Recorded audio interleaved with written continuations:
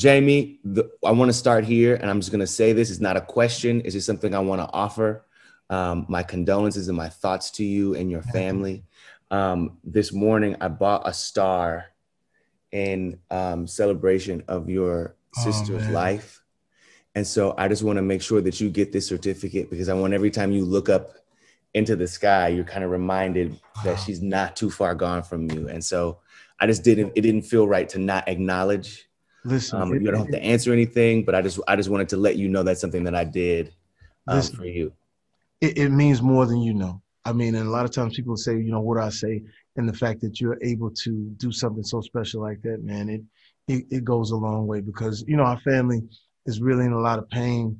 But kind gestures like this really lift you up. And so I thank you for that. It means so much, because we are focusing on her smile. We're focusing on the way she danced. We're focusing on the fact that she just transitioned. You know what I'm saying? She's just in another place where she is dancing and singing and showing someone else how beautiful and how great she is. So thank you for that.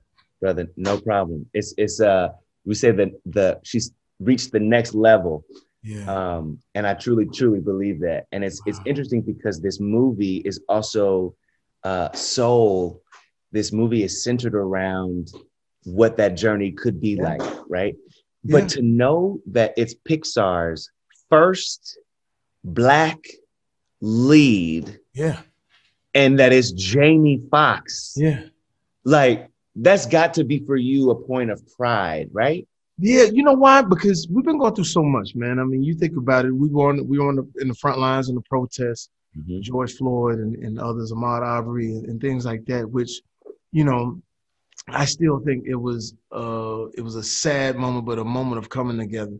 Yeah. This will give us an opportunity to celebrate something wonderful, celebrate something beautiful, get smiles on people's faces, give us a chance to escape. And so I'm happy for that, because it's needed, you know, and it's.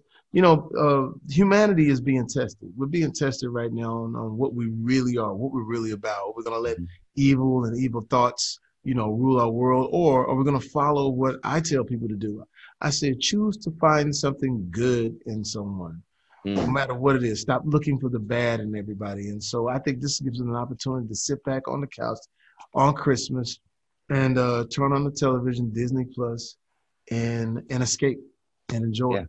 Yeah. And lean in, you know what I mean? It's also got to feel good to know Rotten Tomatoes, I just checked, 100%.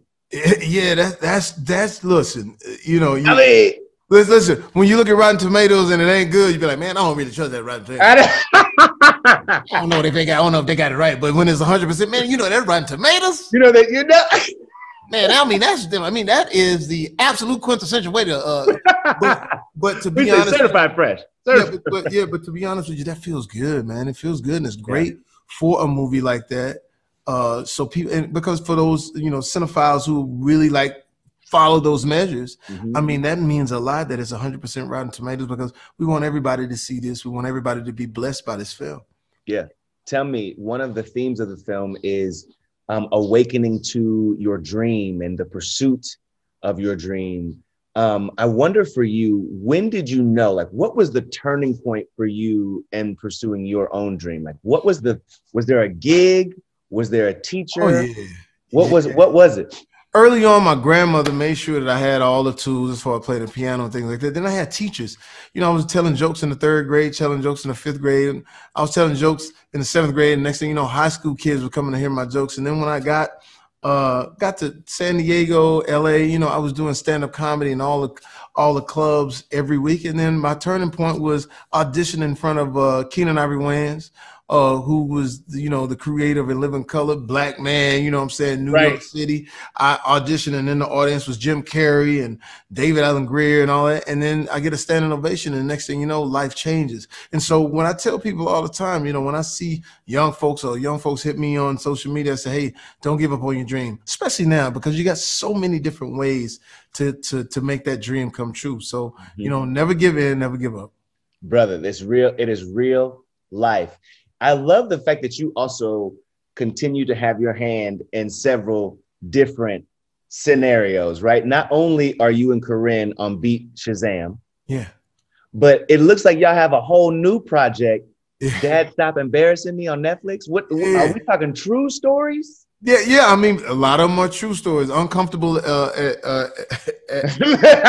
uncomfortable as they are, especially for her. But yeah, you know, we would always chop it up like, yo, I was always sort of like being the overzealous father. You better not come in here late. She never came in late. You better not be doing drugs. She never did drugs. But it was always something where I was embarrassing her in some type of way.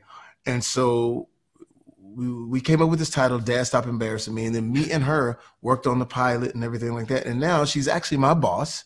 She's the executive producer on the show. Come on. And she's fantastic. It's not just some chair that she sits on. She's involved with it in everything from the cast into the writing and everything like that. And so now we got a great cast. You know, we got Jonathan Kite, Portia Coleman, and David Alan Grier.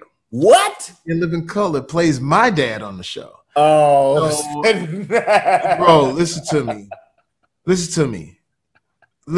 And we don't have an audience because of COVID, but man, when I tell you, like yesterday we were shooting, bro, and nobody could stop laughing. And you know when you got the cameraman laughing, who's seen all of the shows. Exactly. It's brilliant, and I'm so proud of her. So proud of what she's doing, and so happy that Netflix allowed her to live there. And it's just fun.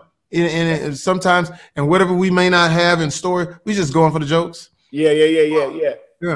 I love it, brother. I don't know how we can make it happen, but I would love to come to set if you guys are still filming. Oh yeah, hopefully when we do the second season, that way we'll be able to have people on set right now, like I said, and being COVID friendly and pandemic. But we open up, man. You have to come see it. Brother, I think it was on a Spotify playlist, and I get maybe 3 songs down, and all of a sudden I hear "Blame It on You." Hey. I wonder for you, how did "Blame It on the Alcohol" actually come to be? Was this a song that was brought to you, written? Was it a song you were in the studio putting together? How did that magic happen? I got a homie named Breon Prescott. He does all my music. He's the one that found Slow Jams, found Gold Digger. But Blame It, he would always come at like 3 in the morning. Yo, wake up. I got a hot one. I got a missile. You got to get down to the studio. I said, where you at? I'm in LA. I said, man, I'm all the way in the bed. He said, come on down. So we go down. He said, this is what's going on with this song. They just played a whole bunch of songs, but they don't know this one is a hit. So when you go in, act like it ain't nothing, whatever. So we act like it wasn't nothing. He said, yeah, let me get that song. Take it to. So we took it to another studio. I heard that song. I said, bro, please tell me this is my song. He says, it's your song, but you got to cut it tonight before they figure out that it's a hit and somebody else cut it. So we cut it, but we cut it exactly like the record because we didn't want it to sound, you know, like my voice. I wanted to be that the electronic, the whole nine. Yeah. Once we got the song popping, you know how we do. We went straight to Canada first, played it in Canada, and we dropped down to New York. We went to a gentleman's club where all the records get broken, and we would do jokes. I said, fellas, you ever meet this girl in the club, you think she look like Halle Berry, and the next day she look like Halle Scary, blame it on the goose, gotcha. Ladies, so we do all these different like sort of joke scenarios. And by the time we got to Miami, the song was burning up the East Coast. It was 2008. It was during Kathy Hughes, during we were trying to get President Obama elected. And she chose that song to be one of the songs while we was at a DC event, and that's how it was. That's how it went down. Bruh, it's magic. It still works. It still works.